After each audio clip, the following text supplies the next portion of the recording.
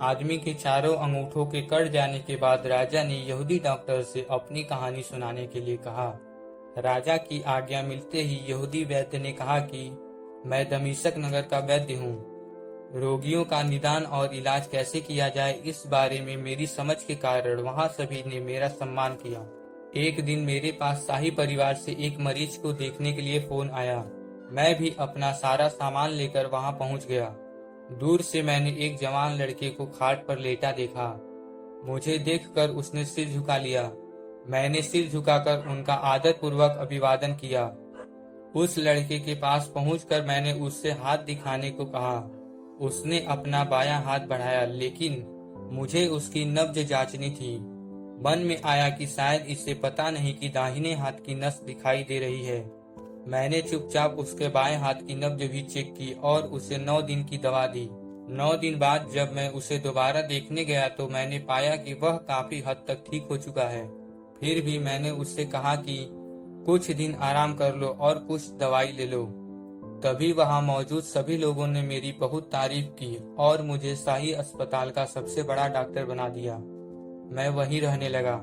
उस लड़के का स्वास्थ्य भी दिन ब दिन अच्छा होता गया। एक दिन मैंने उस लड़के को फिर देखा और उसे नहाने और कुछ देर टहलने की सलाह दी। उस लड़के ने कहा कि मैं आपकी देखरेख में ही नहाना चाहता हूँ। मैंने भी कहा ठीक है, इनको बाथरूम में ले चलो, मैं आता हूँ। कुछ देर बाद जब मैं बाथरूम में पहुंचा तो देखा कि लड़के का दाहिना हाथ नहीं था। यह देखकर मुझे बहुत दुख हुआ और आश्चर्य हुआ। तब मुझे समझ आया कि उस दिन उसने मुझे अपना बायां हाथ क्यों दिया था। मेरे हाव भाव देखकर उस लड़के ने पूछा, क्या तुम मुझे देखकर उदास हो? मैं कुछ जवाब नहीं दे पाया। फिर उस लड़के ने आगे कहा कि अगर आपको मेरी कहानी पता चलेगी तो आपको और भी बुरा लगेगा।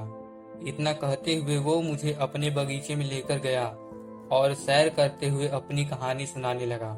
उस लड़के ने कहा, मैं मोसिल शहर का निवासी हूँ। मेरा परिवार काफी बड़ा था।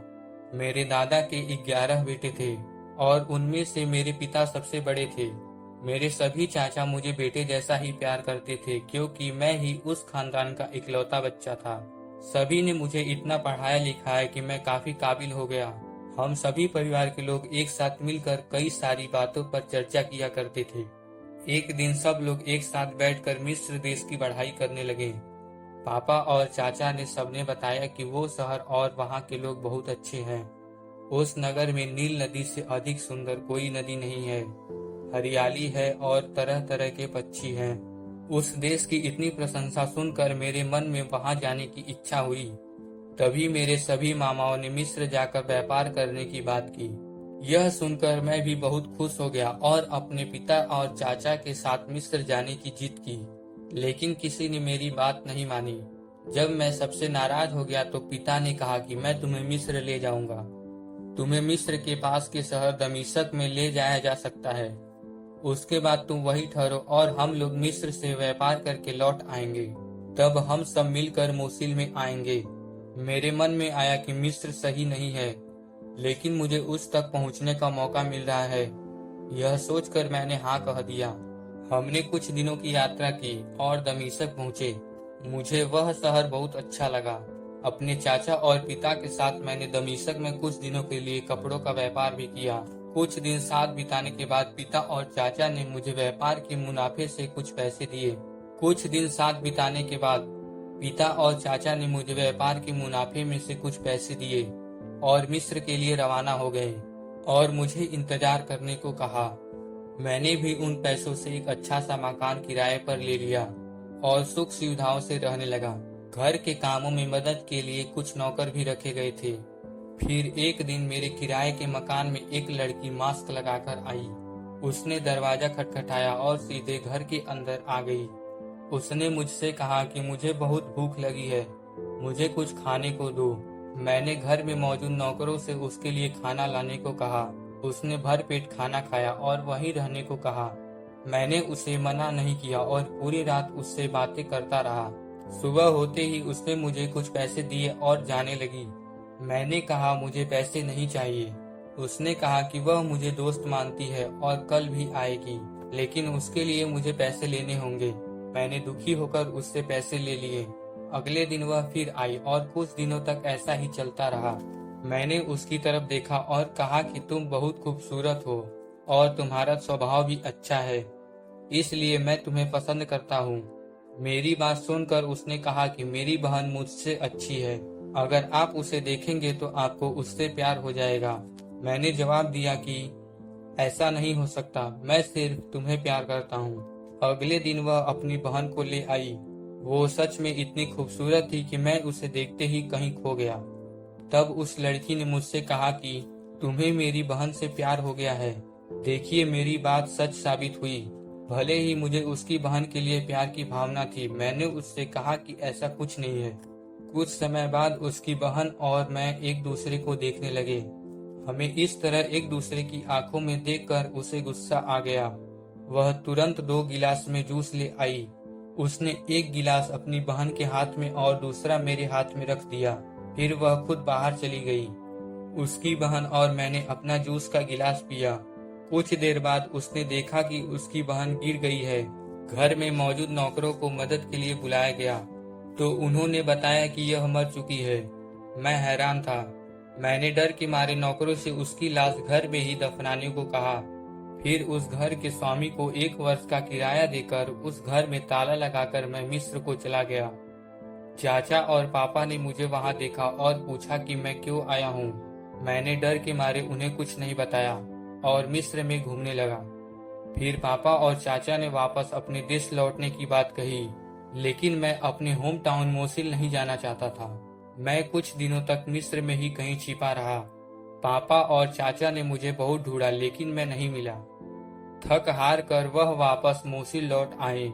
उनके लौटने पर भी मैं 3 वर्ष मिस्र में रहा और दमिश्क के उस घर के स्वामी को प्रति वर्ष किराया भेजा करता था। एक दिन मैंने वापस दमिश्क लौटने का विचार किया और उसी घर में पहुंच गया। कुछ दिनों के बाद मेरे सारे पैसे खत्म हो गए। तभी घर की सफाई करते समय मुझे एक बड़ा गहना दिखाई दिया। मैंने ध्यान से देखा तो याद आया कि ये उसी लड़की की बहन का है जिसे उसने जहर दिया था। मेरी हालत इतनी खराब थी कि मैं गहने लेकर उस घर के मालिक के पास गया जिसके घर में मैं ठहरा हुआ था। दरअसल वह सुनार थे। उन्होंने बताया कि गहनों में कई ऐसे मोती हैं जिनकी कीमत बता पाना मुश्किल है। यह सुनकर मैं दूसरे सुनार के पास उसका भाव पूछने गया। सभी ने बताया कि उस रत्न की कीमत 2000 मुद्राएं हैं, लेकिन इतना धन किसी के पास नहीं है। तभी एक सुनार ने मुझे उस गहने को 600 मुद्राओं में बेचने को कहा। वह इसे बेचने की अनुमति लेने के लिए मेरे पास आया था। मुझे पैसों की जरूरत थी, इसलिए मैंने उस गहने को 600 की करेंसी में बेचने को कहा। तभी 600 रुपए देने के बाद कहने वाले सुनार ने पुलिस को फोन करके कहा कि वह चोरी के जेवर बेच रहा है। पुलिस सीधे मेरे मकान मालिक के पास आई। उसने मेरे पास पुलिस भेजी। मैंने पुलिस से कहा कि मेरे पास पैसे नहीं है, इसलिए मैंने जेवर बेचे हैं, लेकिन मैंने चोरी नहीं की है। पुलिस कर्मियों को मेरी बात पर विश्वास नहीं हुआ। उन्होंने मुझे इतना पीटा कि मैंने कहा हाँ, मैंने जेवर चुराए हैं। यह सुनते ही उस पुलिस वाले ने मेरा दाहिना हाथ काट दिया। उसके बाद वह मुझे शहर के सबसे बड़े अधिकारी के पास ले गया। अधिकारी ने बताया कि यह गहना उनकी बेटी का है। फिर उसने सभी पुलिस कर्मियों को यह कहते हुए डांटा कि यह लड़का चोर नहीं हो सकता, तुम इसे यहीं छोड़कर चले जाओ। अधिकारी की बात मानकर सभी पुलिसकर्मी चले गए। फिर उसने मुझसे कहा कि यह गहना तुम्हारे पास कैसे आया। मैंने उसे सब कुछ सच सच बता दिया। अधिकारी ने आंखों में आंसू लिए कहा कि ये दोनों मेरी बेटियां हैं। जो लड़की आपके पास पहले आई वह मेरी बड़ी बेटी है और दूसरी उससे छोटी है। मेरी बड़ी बेटी को दूसरी बेटी पसंद नहीं थी, इसलिए उसने उसके साथ ऐसा किया होगा। यह कहकर अधिकारी ने कहा कि मेरी एक और बेटी है, तुम उससे विवाह कर लो। मेरे पास बहुत दौलत है, मैं आपके नाम पर सब कुछ कर दूंगा। मैंने उनकी सलाह मान ली और तभी उस अधिकारी ने अपनी बेटी की शादी मुझसे करवा दी और अपनी सारी जमीन जायदाद मेरे नाम कर दिया। मैं भी इस जगह को संभालने लगा। यहूदी वैद्य ने राजा को वृत्तांत सुनाते हुए कहा कि बालक का हाथ कट जाने की कथा सुनकर जब तक बालक जीवित रहा तब तक मैं उसकी सेवा करता रहा।